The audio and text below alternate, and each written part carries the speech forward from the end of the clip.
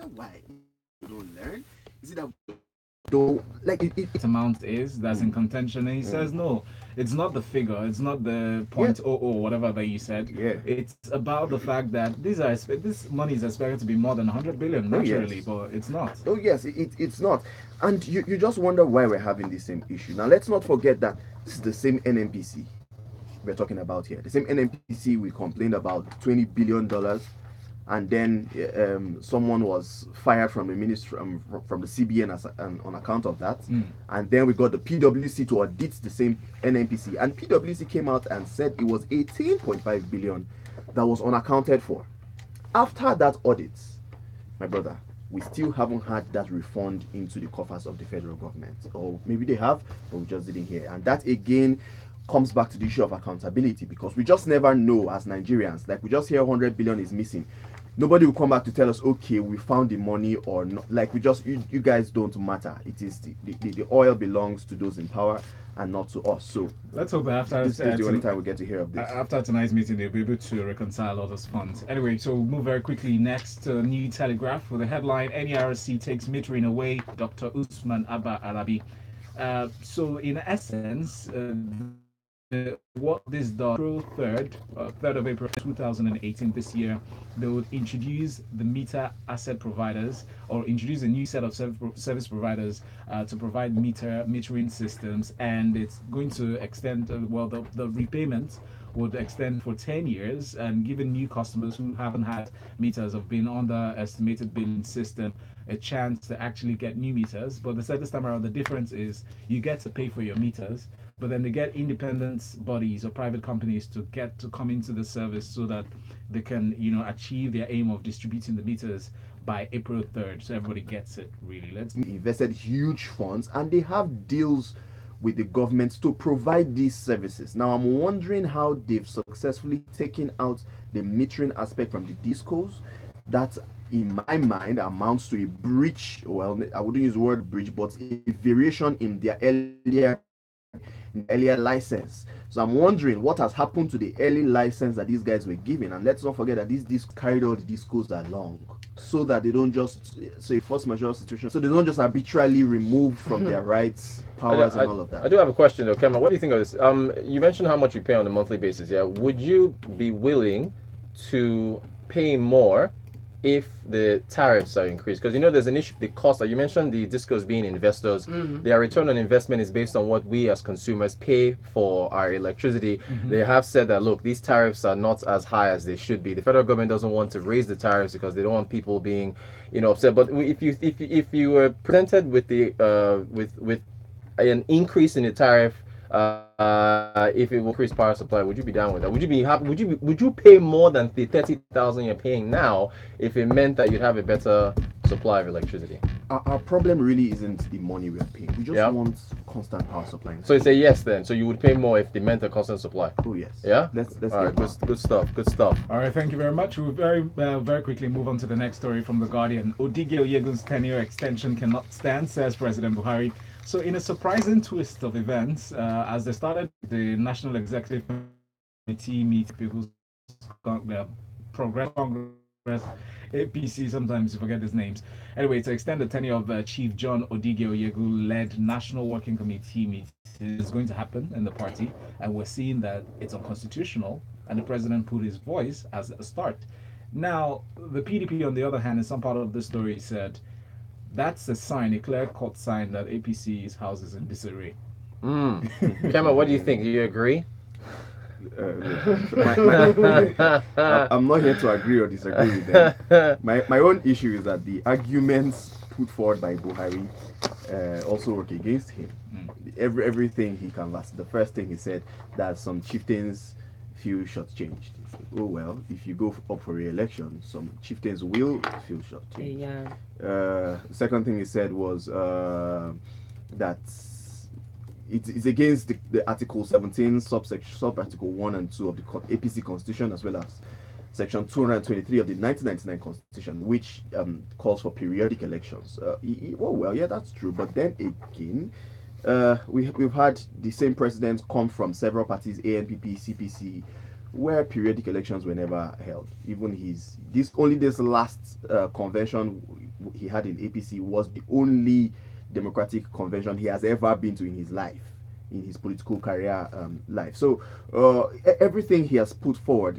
Okay, the last one again was that the illegality wouldn't stand to deepen the crisis. Look, they just don't work out for him, if you ask me. But on the merit of it, on the face of it, Yeah. it does make sense. But then again, we're looking at the history. In any case, I remember some few weeks ago there was the issue of should Oyegun stay or leave, and then the decision to keep him was actually hinged on the fact that the president is seeking re-election. So it was even for his sake that they kept Oyegun in office. Perhaps they don't see eye to eye. Perhaps there are certain principles that they have conflicting views on. So like But Trump, that's not something we want to focus on. Of really. course, that's not what we rather focus on. But the issue is, yes, that we have constitutional guidelines for these things, which all the parties have always disobeyed. You know, it's their custom. So I'm just wondering why the president will wake up and rely on constitutional provision. Look, if you just rely on fairness, okay, let's give somebody else a chance, I would understand. But coming out to say it is unconstitutional, but sir, you've breached these provisions of the Constitution so many times until now. Okay, sorry. Let's move on. Remember, you can send your messages to WhatsApp. The link has been posted, or the number has been tweeted at Smooth91FM. Use the hashtag FreshlyPressed91. I sense in this one. It says, "Good morning, Freshly Pressed. Do not know if you still treat the story, but this LASG work-free days for just Lagos State government workers, or is it for everybody?" We're going to talk about it in just a bit. Don't worry. It's our final story. So just keep listening, Ayo. Keep listening. Ayo. All right, so this next one is from The Punch. Obasanjo slams Buhari for not signing Africa free trade deal. So the former president, Olusegun Obasanjo, has decried the failure of President Muhammadu Buhari to sign the African Continental Free Trade Area Agreement and expressed hope that he will change his mind before it's too late. Without further ado, Kema, when will he be late? What date are we going to be looking for? What could influence the president changing his mind? Yes, well, first of all, I have not gone through this trade deal, and I've been looking for this trade deal. I really want to go through the provisions to know what really made us enjoying foreign presidents and insult. How about I don't understand why we're still talking as though this is. Is there really any need for us to keep referencing what this former president is saying? I don't really understand. So wait. Are you Kema? You're saying that aside from whether or not he should be slamming the president, you don't have an opinion on the trade deal? Okay, you do have an opinion on the trade deal. Okay. Yes, so what do you think? I would just rather go through an in-depth analysis of the deal. However, on the face of it, I think we were not in error when we refused to sign that deal. When the president refused. Yes, I don't think so. I am very interested to know why. Please tell us. Particularly because we're looking at the whole Brexit, we're looking at the EU, and we're looking at their how the economy has thrived as a result of their deal. Now we would see that the EU has benefited just a few countries. It has benefited UK, it has benefited France, it has benefited Germany. It has benefited countries that had a very strong manufacturing sector, countries that were strong on their own in the first place, countries that could afford to provide exports. Yeah. But in Nigeria's instance, our manufacturing industry is still trying to come out from its recession. It's still great. Its growth posted was just about 0.9 something percent. Just very, very, very tricky position. Car manufacturer, we just have saying the guy can't even meet up with national consumption, gets much less. So at the end of the day, if we open these borders, they're talking about free trade, free movement of goods and free movement of persons. First of all, free movement of persons. Continental market. Persons is not in the deal. It's just goods and services. Just that I don't know how you move goods services without persons. I mean, that will and then time. It will just amount to dumping of goods. First of all, the EU is even working with them, so the EU will just flood our markets. Look, I don't think this will work. Okay, well, I think we should be careful though. The EU, that's for the EPA, Economic Partnership Agreement. So this is strictly for Africa, though. Yeah. So, but the thing is, though, Kema, if you're saying that our manufacturing sector, if you want to use that as an example, is not developed, then at what point is the manufacturing sector going to be developed to Thank where you we very can start much. trading with other countries? How long has this been now that manufacturing has been struggling? At what point do you say that we are going to be developed enough to start trading with other countries? Whenever we get developed enough. So what if it happens in then we 40 should years, start. 50 years? We Then wait we should- 50 years then before we we should start trading? Then we should start at that point. We cannot open our borders up at this time. All right. On that note, we'll take a quick break to take some of your messages, and then we're still coming back to talk about the trade deal or agreement, as it may be. Up on WhatsApp, quite a few messages are coming through. And Yinka sends in a lengthy one. He says he's got a wife, 2 kids. One is 2 plus, the other's 5 months. So you can have an idea of my consumption at home. Please, I don't run a cold room or a bakery. So one moron from the Ikeja Electric, he says, came to my house because I wrote a letter complaining about estimated billing I'm being charged. She came in through the kitchen and started recording everything she saw, from fryer to kettle, iron, fridge, etc. boy. She then wanted to enter my bedroom before my wife stopped her. So I asked her, Madam, do you know I don't? We've still got more coming in up on Twitter, I believe. A few more messages came in. Actually, they're still up on the WhatsApp handle. Let's see if I can get a couple.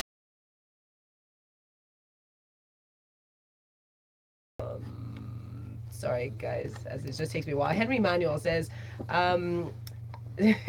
we should have stopped at I haven't read the trade agreement. It's very difficult to find Henry Manuel. If you know exactly where it is, please let us know. And I know a couple of people actually tweeted at us at Kema to just say, Kema, please stop leaving all your things on. It will catch fire. Yes. Yeah. You gotta be careful. You gotta be careful with that. Hugo Collins actually says, bros, be switching off your appliances when not at home. Or make cream no go board. You actually added the Yes. But we move on very quickly. We've also got Devoe Okorie, who's made it into the studio. We'll probably just be chipping in from time to time. So Devoe, welcome. Devoe, just wave. It's Thank fine. you. Just Devoe, wait you're till on people- camera. You know you are caught Yeah, now. there you go. There's If no you're way late, out. the camera will see you I'm when you outside come its in. view. Echo Wait, traffic, what? echo traffic. I'm outside its view. Yeah, okay. Let's carry on now. Speaking of, so the African Development Bank has come out to speak, saying that the Continental Free Trade Area will boost intra-African trade by about $35 billion yearly. We've taken that story from the New Telegraph, and it goes on to say in different reactions by the President, Akiwumi Adesina, they said the African Development Bank would pledge their full support towards the success of the Continental Free Trade Area. They talked about also looking at it as the free movement of persons, goods and services and capital, and that is what is at the core also of the business of the African Development Bank. So all in all, it would put Africa in a place where we're no longer looking for external aid. The days of aid are over. That's what they're saying. I mean, Kema, now in light of what the business heads are saying, and Devoe, if you'd like to chip in on that story as well, that would be fantastic. Do you still think that really this concern or this hesitation perhaps is a little bit on the extreme side in going into to sign the agreement? Well, although the story is not on the Nigerian side, but I did hear what Kema mentioned before. The trade agreement is something Nigeria was at the forefront of. Yeah. So it's funny that we now back out just at the minute when everybody now gets their act together. Because since the days of Thomas Sankara, Yes. Gaddafi, this has been on. Kwame Africa's Nkrumah. potential has been tied to the ability to integrate and to work together.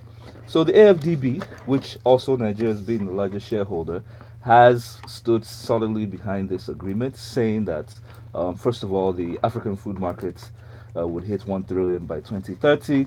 Household consumption would hit another $2.5 trillion. I mean, nowhere in the world do you hear such figures. Remember, this trade agreement is supposed to create the largest trade community in the world, bigger than the EU, and even America combined. Now, it's let me just say this: it's simply because we haven't decided to work together. You could see how now our ability to create exponential results should not be excused or slammed on our irresponsibility to deliver infrastructure.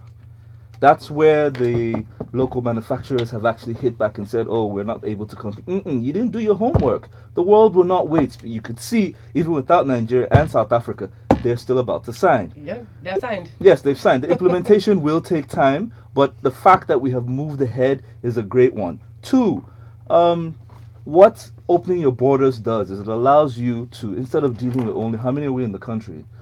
200 million. You're going to be dealing with the whole of Africa at a go. Imagine that capacity for a business person. Growth. And two, the people will enter your own country. I think Nigeria needs an injection of foreigners so as to bring some sense. You know, we reason somehow. We're the only ones that reason to I the did not left. follow you to say that. Please. No, but if you do visit, I have visited practically 3/4 of the African countries. There's some level of decency in these countries, which we need to imbibe in this country. So, I absolutely agree with you, Devoe.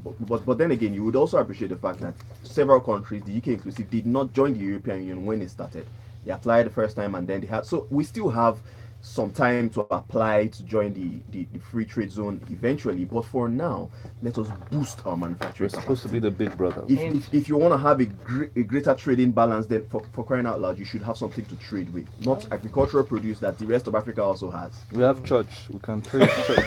We can Please, trade let's church. move on very quickly from that because people are about to come for you, Devoe, this morning, please. And let's talk about why we haven't signed our budget yet. 2018 budget, the National Assembly slams the federal government over the non-submission of the finance bill. They're accusing the executive of failing to submit the 2018 finance bill, and they say the finance bill is necessary to guard against revenue leakages, inconsistency in government fiscal policy, and Senate President Dr. Bukola said that the National Assembly observed that the non-oil revenue performances had been impacted by policy inconsistencies and a number of leakages. They talk about wanting to prioritize human capital development, clearly taking a page out of our Uncle Bill Gates' book, because this is the new, this is the phrase, or like, yeah, prioritizing the humans. They're saying that, yes, they understand that they would be focusing on critical health and education facilities as well as soft infrastructure. Well, this is the Senate president actually speaking. There are too many sound bites at this point. It's great sound. I need to see them work. I need to see them do the work. Now, one would ask, because right now there's this ridiculous play in Abuja between those who are for the senator coming up with banners and saying, the executive are the ones Using our money to responsible, post etc. stuff. And then on the flip side, the executive are putting up posters and said, go and make your assemblymen work. I mean, this is child's play. We are talking about execution of good governance in Nigeria. I think the blame is on Nigerians for allowing our leaders, our senators, our legislators, and executives to act like children. We shouldn't tolerate this. Now, the mandate fully rests on the executive. President Buhari and his men have not delivered. Why? Because it is their mandate that's meant to be executed. And as long as the legislature keeps saying that you haven't given us what we need, and it still falls back on the executive. Thank you very much for that. Just very passionate there, banging on the table. You two are good Yeah. guys. They've going actually to feel an extension of the You budget. guys have Imagine. gotten emotional on this video. We have a quick message from Ngozi. He says, I do not run a cold room. I have a meter. I don't have 24 hours light, but yes, I pay 100,000 or 100K, he said, a month on electricity. I'm told, Okay. What? I'm told it's because I have a 5 kVA inverter. Really? Misery, he says. Yeah. Let's keep it moving very Whoa. quickly. Up next, we will continue to protest against El-Zakzaky's detention. The Shiites are Guardian paper. It's quite important to mention this because it's still not about to continue protesting until that happens. They've accused the federal government and the agencies of plotting to turn its plan to violence. Over to you. Well, we know them. We understand that law has been bastardized, especially in his regard, because charges have not been brought to it. Even the Economic Council court did issue a point on El-Zakzaky that they should be released until the court can bring charges against them. However, I would ask the MIMM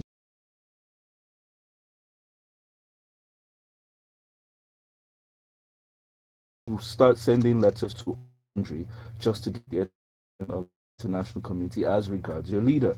Since at this point there is no judicial leave that the government wants to usurp their quiet protest with the infusion of louts and all form of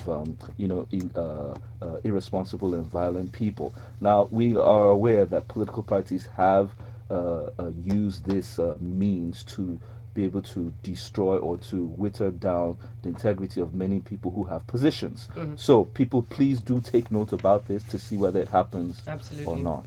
And finally, this is in Lagos declares tomorrow a work-free day over Buhari's visit. They're saying just so people can come out to welcome him. Historic 2 day. I don't know, why did you chuckle? Okay. so that, let me just carry on very quickly. They've also announced traffic diversions ahead of Buhari's visit, noting that adequate preparation will be made to mitigate the impact of road diversions on residents. They mentioned also a number of road infrastructure, a chance to show the federal government, listen, we're doing all right down here. Well, Ambode is walking Lagos. They're also going to be launching the bus